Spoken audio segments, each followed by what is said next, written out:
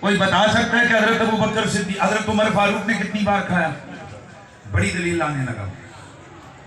اگر میں یہ پوچھنا شروع کر دوں، بیٹھ جائے گا بزرگوار، بیٹھ جائے گا، آپ سے پوچھنا شروع کر دوں، بتاؤ صحابہ نے زندگی میں فلاں صحابی نے کتنی بار کھانا کھایا؟ تو یقیناً آپ میں سے کوئی بندہ تپ جائے گا. وہ کہے گا یار یہ کون سا کویسچن ہے؟ اب ایک بندہ دن میں 3 بار کم از کم کھانا کھاتا ہے، کوئی کیا جانے کتنی بار زندگی میں کھایا. میں نے کہا جو کام زندگی میں دن میں 3 بار بندہ کرے اس کی تعداد کوئی نہیں بتا سکتا کہ اس نے کتنی بار کیا. تو صحابہ حضور کا ذکر تو ہر وقت کرتے رہتے تھے. جو کام 3 بار کرو دن میں 2 بار کرو وہ تمہیں پورے فگر نہیں بتا سکتے کہ صدیق اکبر نے کتنی بار کھانا کھایا، فاروق اعظم نے کتنی بار کھایا، عثمان غنی نے کتنی بار کھایا، مولا علی نے کتنی بار کھایا. ارے بندگان خدا، جن صحابہ کے روح کی غذا ہی ذکر مصطفیٰ ہے، دل کا چین ہی تذکار محمد ہے، جن صحابہ کی زندگی کا مشن ہی عظمت و شان تذکار مصطفیٰ کا بیان ہے. اب بھلے کون ہے ایسا جو بتائے صدیق نے زندگی میں نبی کتنی بار کیا ہے، فاروق نے کتنی بار کیا ہے، عثمان ذوالنورین نے کتنی بار کیا ہے، اور حیدر کرار نے کتنی بار کیا. بس ہم تو یہی کہتے اور سنتے آئے ہیں کہ کان جل کی عمر مبارک ہے. میرے نبی نے اعلان نبوت کیا یہ 65 کا زمانہ ہے. حالانکہ میرے نبی کے تذکار اس سے بھی پہلے بلکہ اس سے بھی پہلے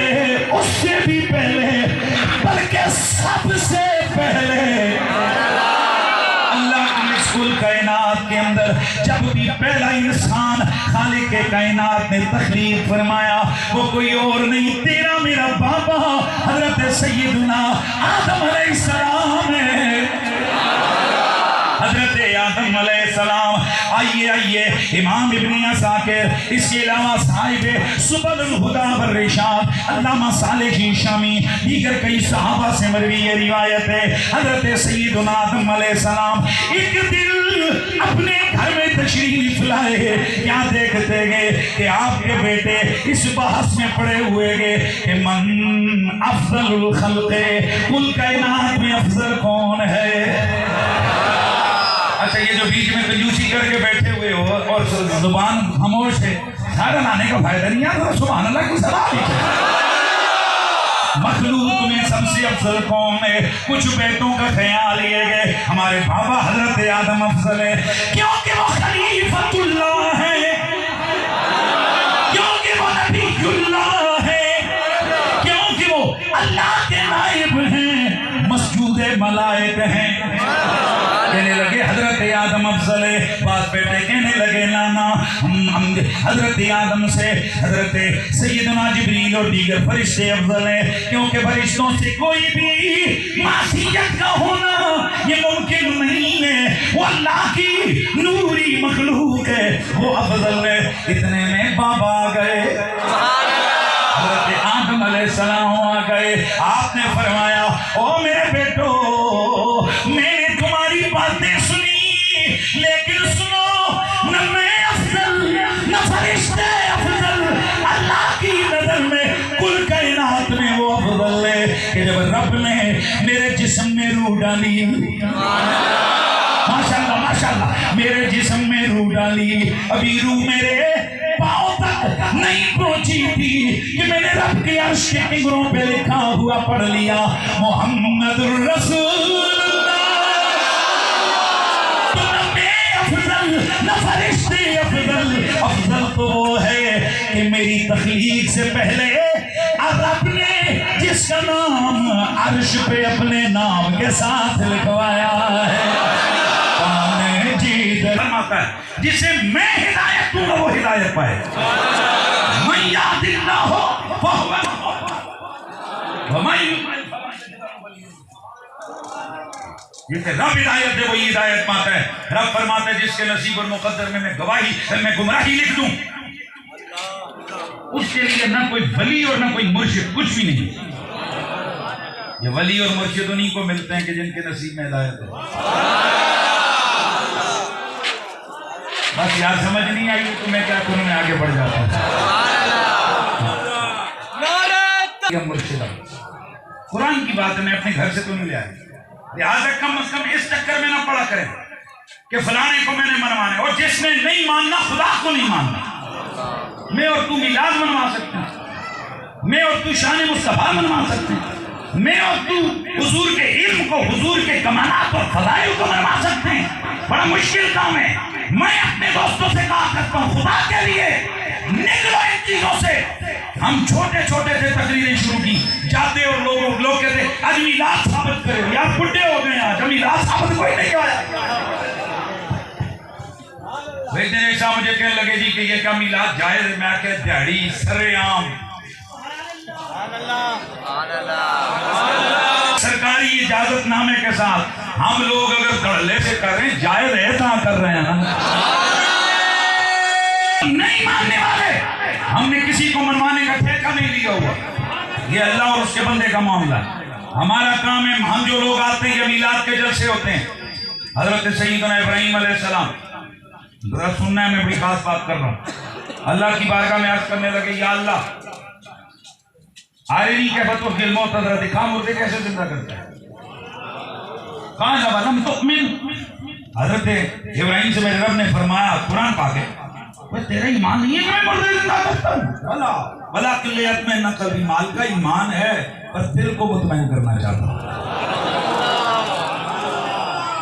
تو میرے سے بھی اگر سنو, یہ جو ہم حوالے دیتے ہیں, یہ جو باتیں کرتے ہیں نا, یہ صرف اطمینان کے لیے ہوتی ہے, یہ مننے منوانے کے لیے نہیں ہے. جنہوں نے نہیں ماننا انہوں نے نہیں ماننا, اور جنہوں نے بات کو ماننا ہے جبل گردن پر گل محمد نہ گردن. ہاں اپنی جگہ سے ٹل سکتا ہے, میرے محمد کا عاشق اپنے عقیدے سے نہ ادھر ہوگا.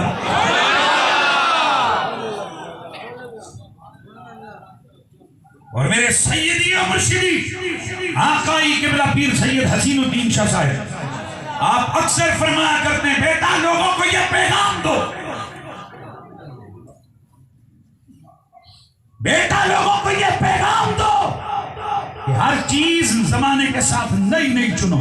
موبائل نئے لو, گاڑیاں نئی لو, کپڑے نئے لو, مکان نئے بناؤ, لیکن عقیدہ نیا نہیں لینا, عقیدہ پرانا ہی چلنا.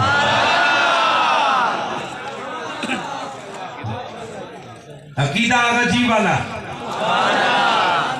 عقیدہ سرکار شہنشاہ گولڑا والا, عقیدہ امام احمد رضا والا, اللہ کی بات آتی رہے, عقیدہ ملا علی قاری والا, عقیدہ شاہ عبدالحق محدث دہلوی والا, عقیدہ امام جلال الدین سیوطی و عبدالرؤف مناوی والا, امام ثقافی حضرت محی الدین ابن عربی والا, عقیدہ ائمہ اہل بیت والا, اور عقیدہ مصطفیٰ کے صحابہ والا. اس لیے میں حوالہ دے رہا ہوں حضرت شاہ عبدالحق محدث دہلوی رحمت اللہ تعالی علیہ. کیوں میں چاہ رہا ہوں کہ ہر بندہ اتباع کرے بیٹھے. دو چیزیں ایسی ہیں جو حضور کو متوجہ کر دیتی ہیں, حضور متوجہ. نمبر ایک, درود و صلات پڑھنے سے حضور متوجہ ہوتے ہیں. نمبر دو, اپنے محفل میلاد پہ حضور توجہ فرماتے ہیں. اس لیے ہمارے بزرگ فرمایا کرتے ہیں کہ ہر وقت اس خواہش اور تمنا میں رہو کہ کیا پتہ ابھی ابھی حضور کی نظر ہو, تو بندہ ایسے جناب بیٹھا ہوا ہو, کیا لمحہ معلوم کہ اسی لمحے حضور کی نگاہ کرم محفل پہ ہوئی ہو, اور ہم کے ساتھ میں بیٹھے ہوئے ہیں. ہر وقت اپنے دل کو دامن بنا کر کچھ طلب کے لیے, کچھ بھیک لینے کے لیے بندہ بیٹھا ہو. تو اب جب یہ چیز ذہن میں آ گئی نا, تو پھر مست ہو کر جھوم جھوم کر حضور کے میلاد کی محفل, حضور کی توجہ کے طالب ہو کر, میں علم نہیں لفظ بول رہا, میں بار بار توجہ بول رہا ہوں. نبی میں اور اللہ میں فرق ہے. اللہ کے علم کو توجہ کی ضرورت نہیں ہے, حضور کے علم کو توجہ کی ضرورت ہے.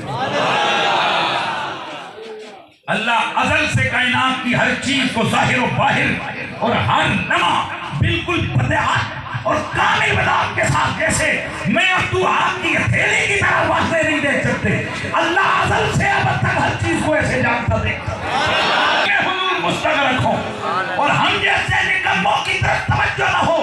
اب حدیث سن، مصطفیٰ فرماتے ہیں وَمَا مِنْ عَادٍ يُسَلِّمُ عَلَيَّ إِلَّا رَدَّ اللَّهُ عَلَيَّ رُوحِي حَتَّى أَرُدَّ عَلَيْهِ السَّلَامَ۔ اور جب بھی کوئی شخص مجھ پر سلام پڑھتا ہے میرا رب مجھے متوجہ کرتا ہے محبوب سلام پڑھائے تیرے غلام نے کو۔ رد علیہ السلام میں سلام والے کے سلام کا جواب دیتا ہوں۔ تو پھر اب ذرا مجھے امید ہے کہ مجھے اب پوری محفل میں آگے یہ کہنے کی ضرورت نہیں پڑے گی۔ لہوم ایک نام ہے معروف، ایک نام ہے مذکور۔ اس کی وجہ لکھتے ہوئے امام جلال الدین سیوطی لکھتے ہیں، فرماتے ہیں حضور کے ناموں میں ایک نام مذکور ہے، جس کا مطلب یہ ہے کہ اللہ کی کل مخلوقات میں واحد حضور سے ہے کہ جن کا ذکر کائنات میں اللہ کے ذکر کے بعد سب سے زیادہ ہوتا ہے۔ حضور معروف ہیں، حضور معلوم ہے۔ اس کی وجہ یہ کہ اللہ رب العزت نے میرے نبی رحمت سید عالم علیہ السلام کے دنیا میں جلوہ گر ہونے سے لاکھوں ہزاروں کروڑوں سال پہلے حضور کی سیرت کو بھی بیان کر دیا تھا، مصطفیٰ کی صورت کو بھی بیان کر دیا۔ میں نے 3 مقامات سے آپ کے سامنے قرآن پڑھا ہے اور تینوں مقامات سے یہی ثابت ہوتا ہے کہ حضور آ کر نبی نہیں بنے، نبی بن کے آئے۔ حضور